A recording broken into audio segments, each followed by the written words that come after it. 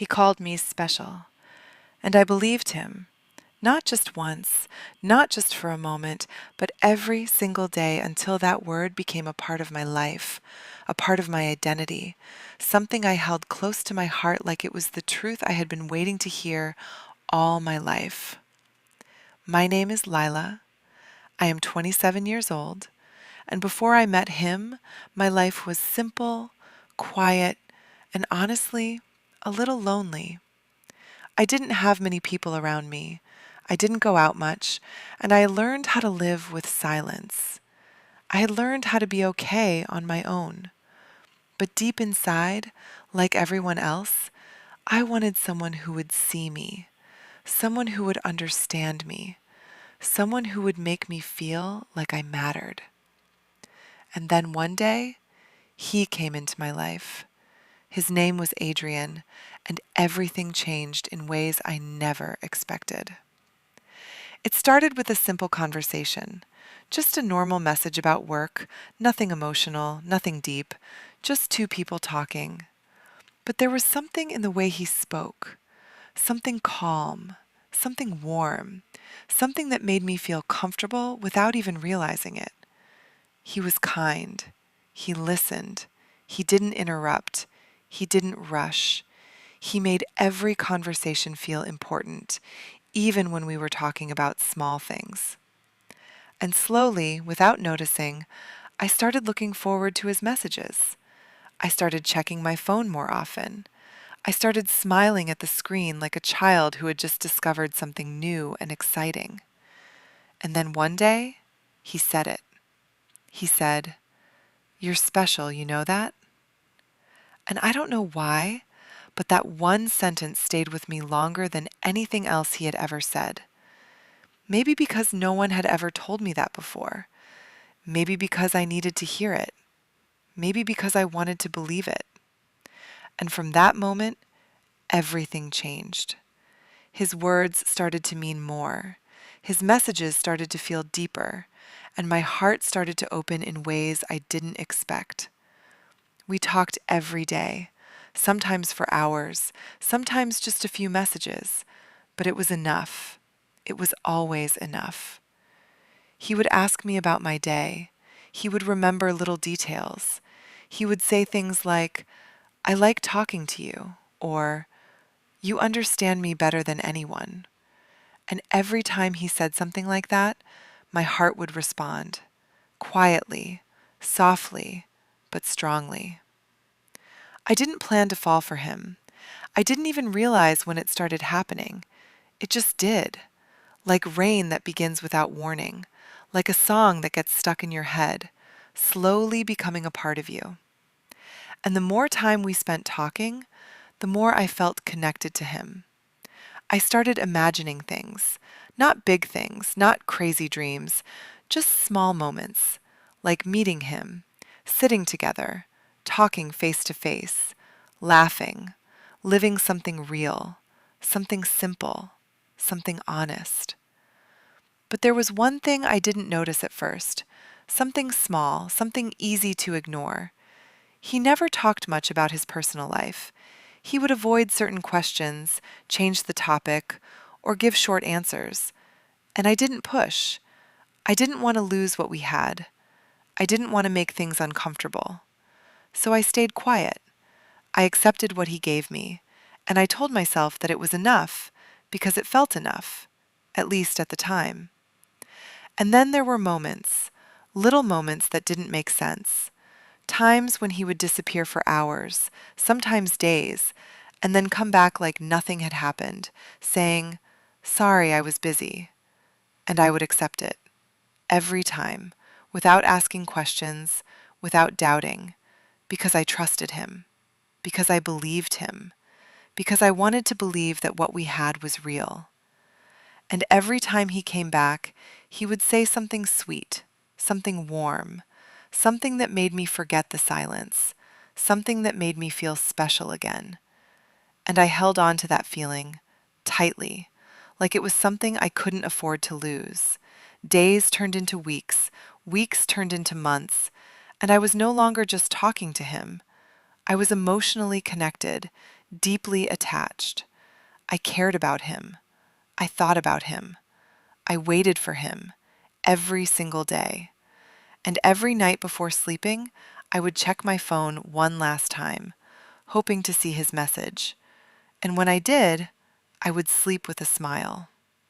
But then one day, something changed, something small but powerful. He said, "You mean a lot to me." And for a moment, I felt happy, really happy. But then something inside me asked a question I had been avoiding for a long time. What am I to him? And that question stayed in my mind, growing louder, stronger, impossible to ignore. But I was scared, scared of the answer, scared of losing him, scared of breaking the illusion I had created in my heart. So I didn't ask, not directly. I just continued, pretending everything was normal, pretending I didn't need clarity, pretending I was okay with uncertainty. And then one evening, everything changed. I was scrolling through social media, not looking for anything, just passing time, and then I saw it. A photo. A simple photo, but it changed. Everything. It was him, Adrian, smiling, standing next to a woman, his hand around her shoulder, and they looked close, not just friends, not just casual, something more, something real, and my heart froze. I stared at the picture, trying to understand what I was seeing, trying to find an explanation, something that would make it okay, something that would protect the feeling I had built inside me. But then I read the caption, "With the one who makes my life complete." And in that moment, everything broke. Not loudly, not suddenly, but slowly, deeply, painfully, like something inside me was collapsing piece by piece. I couldn't breathe, I couldn't think, I couldn't move. All I could do was stare at the screen, feeling a kind of pain I had never felt before. A quiet pain, a heavy pain, the kind that doesn't scream, but stays and grows and takes over everything. He had never told me, not once, not in all those months, not in all those conversations, not when he called me special, not when he said I meant a lot to him, not when he made me feel like I was important. And in that moment, I realized something I didn't want to accept. I was not the only one. I was never the only one. I was just a part of his life, not the whole, not even close, just a piece, a hidden piece, a silent piece. And that truth hurt more than anything else. That night, I didn't reply to his message. I didn't wait for him. I didn't check my phone. I just sat in silence, trying to understand how something that felt so real could turn out to be so incomplete. And the next day, he texted me like nothing had happened. "Good morning," just like always. And I looked at that message for a long time, my heart still heavy, my mind still confused. And for the first time, I didn't feel happy seeing his name. I felt pain. I felt distance. I felt the truth. And I finally asked him, "Who is she?" There was a long pause, longer than usual, and then he replied, "She's important to me." And that was it. No explanation, no apology, no honesty, just a simple sentence that said everything without saying enough. And in that moment, I understood. I understood that I had been living in a story that was never complete. I had been holding on to words that were never fully mine. I had been waiting for someone who was never fully available.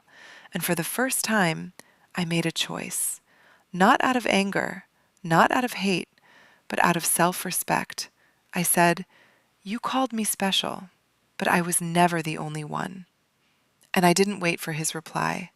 I didn't need it anymore, because I finally saw the truth, clearly, honestly, painfully, but also freeing.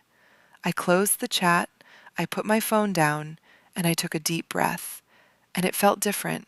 It hurt, but it also felt like the beginning of something new, something real, something honest. Days passed, and slowly I started to heal. Not perfectly, not completely, but enough to feel like myself again. I stopped waiting. I stopped checking. I stopped hoping for something that was never truly mine. And one day, I realized something important. Being called special means nothing if you are not chosen fully, if you are not respected honestly, if you are not loved completely. And that realization changed me. It made me stronger. It made me wiser. It made me understand that I deserve more than half truths, more than hidden connections, more than temporary feelings. And if you are listening to this, if you have ever been in a place where someone made you feel special but never made you a priority, remember this. You are not meant to be someone's option. You are meant to be someone's choice, fully, clearly, without confusion, without doubt. Thank you for listening to this story. If it touched your heart, don't forget to like, share, and subscribe. And always remember, sometimes the truth hurts, but it also sets you free.